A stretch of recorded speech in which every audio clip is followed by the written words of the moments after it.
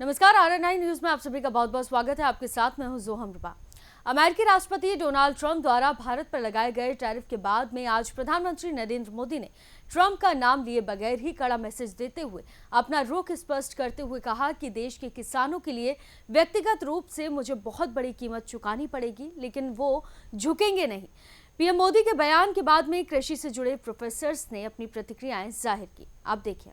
आज प्रधानमंत्री ने बहुत स्ट्रांगली कहा है कि सबसे पहले वो किसान और हमारे जो फिशर कम्युनिटीज हैं और जो हमारे आदिवासी लोग रहते हैं वो भी एग्रीकल्चर करते हैं, कृषि करते हैं, कि उनके हित सबसे पहले वो देखेंगे और उसको डाइल्यूट नहीं होने देंगे। क्योंकि आजकल हम देख रहे हैं कि जियोपॉलिटिक्स की वजह से काफ़ी चीज़ें बदल रही हैं, टैरिफ्स की बात हो रही है और इसमें जो हमारा एग्रीकल्चर सेक्टर है उस काफ़ी प्रभावित हो सकता है। तो मेरे ख्याल आज बड़ा स्ट्रांग मैसेज मिला कि हमारे एग्रीकल्चर, फिशरीज और लाइव स्टॉक सेक्टर को कोई भी हानि नहीं पहुंचने देंगे, उनको प्रोटेक्ट करेंगे।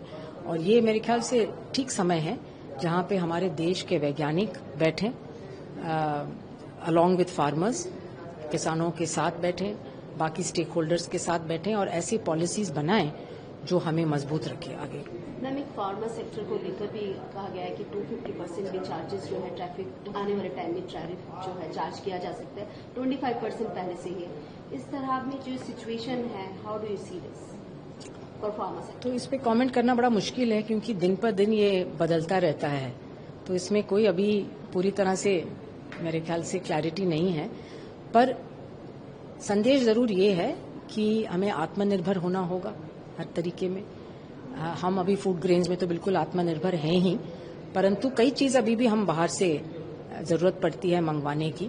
तो अब जो आगे जाके वैज्ञानिक जिस क्वेश्चंस पे काम करेंगे और किस तरह के वो चैलेंजेस उनको, ये अब बहुत क्लियर हो गया है कि हमें हर चीज़ में सेल्फ सफिशिएंसी लानी पड़ेगी। और अगर agriculture, horticulture, fisheries, live stock sector में कोई कमियां हमें अगर अभी दिख रही हैं तो ये ठीक टाइम है उसके ऊपर जोर देने की। जो हमारे आदरणीय प्रधानमंत्री जी ने जो मैसेज दिया है वो मैसेज को हम वेलकम करते हैं और हम पूरी तरीके से तैयार, हम कहते हैं एज साइंटिस्ट कि हमारे यहाँ सब इंडिजिनस नॉलेज और हमारा जो टैलेंट है भारतवर्ष में वो पूरा दुनिया में मशहूर है।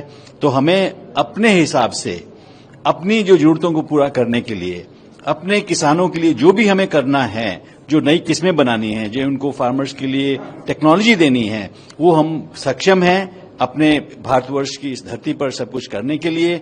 और मुझे लगता है कि उन्होंने जो मैसेज दिया है वो बहुत स्ट्रांग मैसेज, सिर्फ एक जनरल मैसेज नहीं मैं कहूंगा, ये हम सब साइंटिस्ट लोगों के लिए भी एक बहुत बड़ा मैसेज है।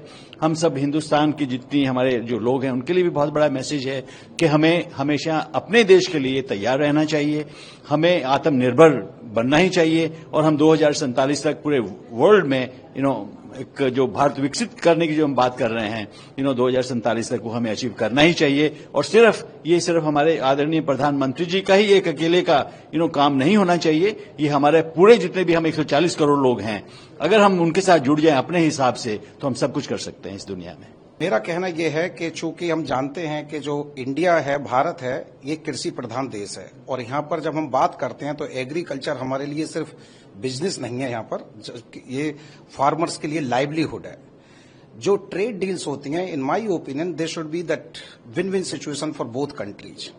सो I can understand in the current scenario what our prime minister Modi साहब has said. I think this is in the interest of the farmers, because if we will go to this large percentage of tariff, that will be really very difficult situation, क्योंकि इससे हमारे यहाँ की जो कृषि है, कृषि पर बहुत प्रभाव पड़ेगा। और हमारे जो स्पेशली जब भारत में स्मॉल होल्डर फार्मर्स एग्रीकल्चर करते हैं, unlike in western world where we are having the agriculture is dominated by that big industry और सो।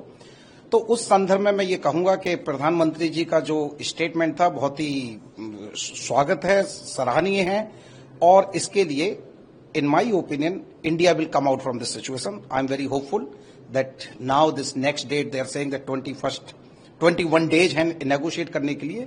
I'm very hopeful that in next 21 days, India and the United States will come out with some win-win situation, जिससे कि long term में India के लिए, हमारे small holder farmers के लिए, उनके लिए win-win situation रहा, ये मेरा कहना है. So that's what I would like to say. तो फिलहाल के लिए इस खबर में सिर्फ इतना ही। बाकी तमाम खबरों के लिए आप देखते रहिए RNI न्यूज।